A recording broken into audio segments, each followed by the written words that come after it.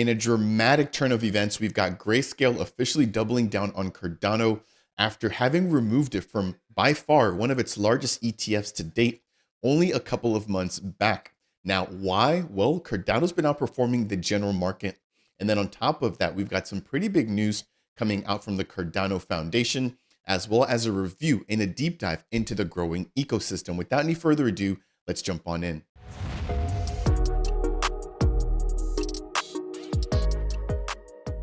What's up, ADA gang? Welcome to Dapp Central, your home for everything blockchain and crypto. My name's Fareed. As a part of today's video, we're diving into Cardano and taking a look at Grayscale, the fact that they've now changed their mind, the Cardano Foundation launching what they call the Venture Hub, and then we've got ecosystem-wide updates ranging from Fluid tokens, World Mobile, Yoroi, Nami, you name it, we've got it covered here. Now, if it's your first time stopping by the channel, first off, welcome in. Consider subscribing to the channel for more content just like this, breaking down everything going on with Cardano. Number two, if you're a reoccurring viewer, make sure to smash that thumbs up. I definitely do appreciate it. It's by far one of the easiest ways to support me as a content creator. And then number three, if you agree, have comments, or just want to weigh in, right? Share your opinion, leave a comment down below. Now, in closing, I am a stake pool operator contributing to the two Dapp Central stake pools, both with stake pools ticker DAPP. Again, consider delegating. As always, I do appreciate the support and the love. All right, let's jump right on in here. If you've missed my last video, I'll leave the link to it down below. But I basically broke down the fact that Grayscale was starting to show more interest as it pertains to Cardano, with them actually adding or increasing the portfolio weight for Cardano in their X Ethereum smart contract fund. Now, they actually have two funds. One is their large cap fund, and the second is the X Ethereum. Again, the X Ethereum is the one that I covered in my prior video, where they bumped up that allocation to right around 20%.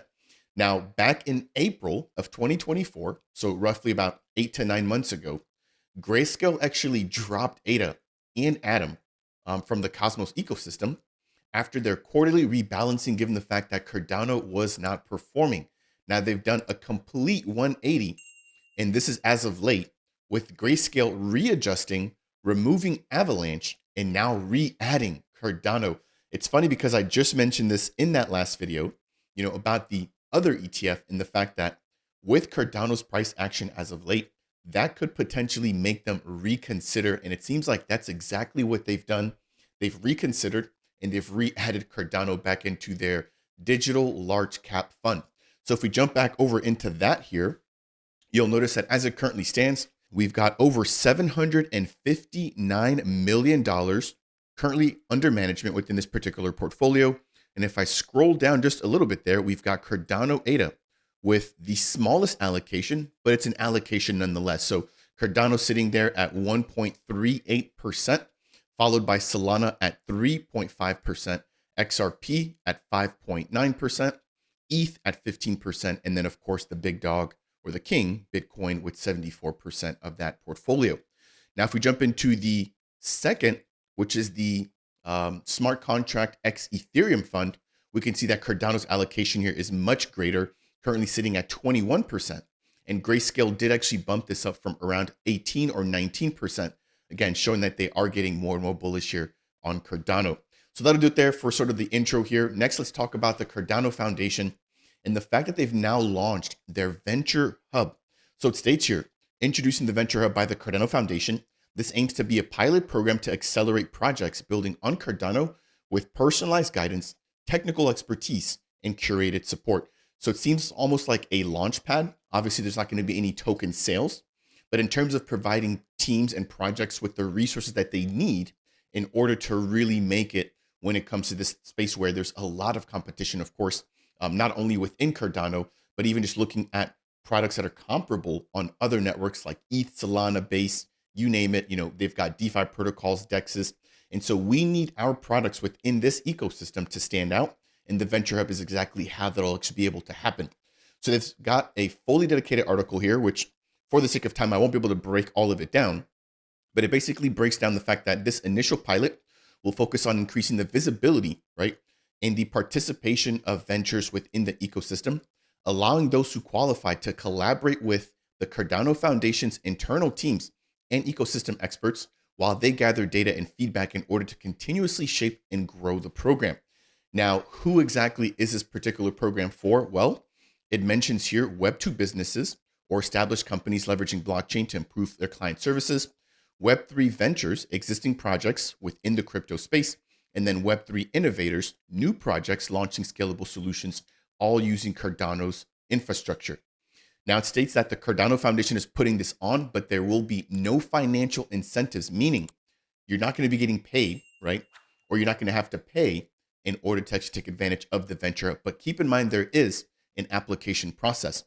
Now, in terms of exactly what they aim to provide in return, it breaks down here. They'll be providing technical guidance, helping to connect each venture with in-house technical experts. They'll also be focusing on growing their business, equipping projects with business acumen and strategic guidance needed in order to achieve sustainable growth. And then last but not least, they aim to boost their visibility, right? By facilitating things such as fundraisers, designed demo days, spaces, videos, a lot more engaging content in order to really spread the word out about the people, or at least the initial projects that roll into the Venture Hub for their pilot. Again, we've got some of the additional features and things that we can expect. And in terms of sort of the dates and the timelines here, it breaks down the fact that the application process or the application window will open on January 13th of 2025, and it'll close at the end of the month on January 31st, again, of 2025. Now, applications and interviews will occur on a rolling basis, with the Cardano Foundation announcing the final application decision in the month, of February of 2025. Now, this will be a 12-week program starting on March 17th, welcoming the first ever cohort.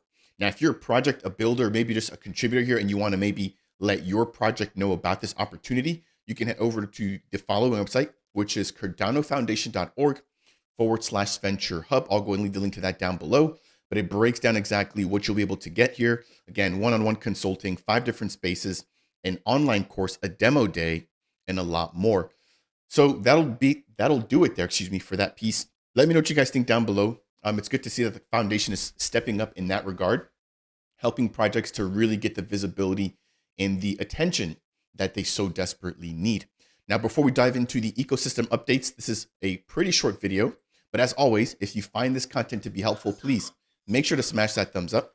If it's your first time stopping by the channel and you want more content just like this, again, consider subscribing. And last but not least, if you have any questions, comments, or concerns, leave those down below. And as always, if you want to take your support a step further, consider delegating with either of the 2 Dapp Central stake pools. Now, the first piece of news that we have here is coming in straight from the World Mobile team, where we've got Mickey Watkins highlighting a low Earth orbit service provider that they'll be working alongside with in Nigeria, Kenya, and Malawi in order to address critical backhaul needs in that particular region. And then they talk about some additional software that allow for the transformation of a mobile device into a node, earning you, right, potential revenue by contributing or at least backing up the World Mobile Network. So without any further ado, I'm going to play this very brief clip here. It's about 2 minutes long, and then we'll go ahead and move right on into updates coming in from Fluid Tokens. Actually, we just signed a deal with a company, several companies, of which we will be working with a low Earth orbit provider to have connectivity in Nigeria, in Kenya, and in Malawi, where we will be able to support those areas that are not with backhaul, to support those areas that are not profitable for traditional telecom operators. So we worked very hard to sign this deal. It was signed just before the Christmas period. So we're looking for further help in Nigeria. So if you feel like you can help, please do send a message. The person you'll contact is either Charles Barnett or Andrew Soper. DM me on Twitter or on Telegram, and I can give you their contacts, or you can just replay this. It's Charles@worldmobile.io and Andrew@worldmobile.io. So this is quite exciting for us. It means we'll be able to spread out much further than we are already. Before I go on to the second question, we also are about to release a captive portal software that can be flashed or put onto many devices. I don't say every device, but many devices, which will turn that device into a node that sits on the World Mobile chain and allow customers to be able to join with their Android phone or their iPhone or their laptop or their desktop PC where the signal allows, and make payments in local currency. And there's other cool features there that will allow them to, for example, choose to watch an advert, which will then return airtime to them, whether that's minutes through Minutes Network, or whether that's data through the World Mobile Network. So we're looking for as many hands as we possibly can that are capable to support us in Nigeria. Interesting clip there coming in from Mr. Telecoms, aka Mickey Watkins. Again, I think the low Earth orbit service provider, that in itself is a massive announcement. And the fact that the sharing economy is going to be even easier to join with this potentially new software as that rolls out, I think is also extremely bullish on exactly what Orbital is aiming to do. Now, it's not just that. We're also waiting Hex Guardians. We're also waiting the national eSIM rollout, which should be taking place in Q1 of this year. And then, of course, we've got additional AirNode sales. We've got the initial launch of the testnet for the World Mobile Chain sitting on top of Base. And now we're just really anticipating the mainnet launch and the onboarding of EarthNode operators. Now, if you guys want more content as it pertains to World Mobile, right, make sure to go ahead and tune in to the bi-weekly streams that we do here on the channel, but also make sure to follow the World Mobile Alliance. Every single other week that we aren't streaming here, they're providing direct contact with the team and the community, rounding everybody up and breaking down the latest updates when it comes to World Mobile. Jumping right back into the news here, we've got a brand new roadmap, which has been condensed for the Fluid tokens for the year of 2025, in which it includes a brand new lending and borrowing protocol, a Bitcoin integration coming to Cardano, the Midnight Network launch. So I assume that they'll actually be launching their lending and borrowing through Midnight. And then last but not least, we've got more tier 2 exchanges where they'll be listing the FLDT token. Moving right on over, we've got a very special giveaway actually coming to the channel very soon on the behalf of Digital Asset News, or Rob from Dan. And this is actually going towards their Tomato Coin IDO. So as a viewer, once I go live, I'll be picking people that are watching live on that particular stream. Make sure to have your bell notifications turned on. But if I'm not mistaken, this is actually the first ever meme coin to have launched on Cardano. So if we take a look here on Minswap, we can see it states that Tomato Coin, or T-Coin, sprouted all the way back in July 17th of 2021 from a patch of seed words that was quickly tossed into the wallet of D News, or Rob from Dan, Digital Asset News. And so since then, they basically have been chilling. And right now looks like they're putting together a raise for the meme coin, where we have 15% of the Tomato Coin supply, which is not going to be set aside for marketing and promotion. We've got 40% going towards liquidity. And then we've got 45%, which will be getting served right up from this DEX offering. So if you want to participate, I'll leave the link to this down below. But again, keep in mind, I'll be providing you guys some free Tomato Coin coming in directly from Rob and the Digital Asset News crew in my next live stream. So stay tuned for that piece there. And of course, thank you to Rob from that. All right, moving right on over.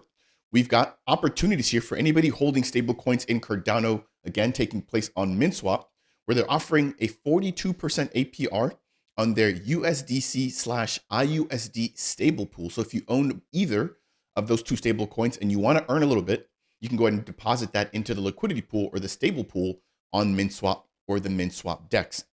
As we get ready to wind things down here, if you want to go ahead and quickly purchase your ADA and you're already using your ROI, there's now been a integration of Encryptus, which allows for you to do a one-click buy, right? Or a one-click sell directly from within the Yoroi wallet.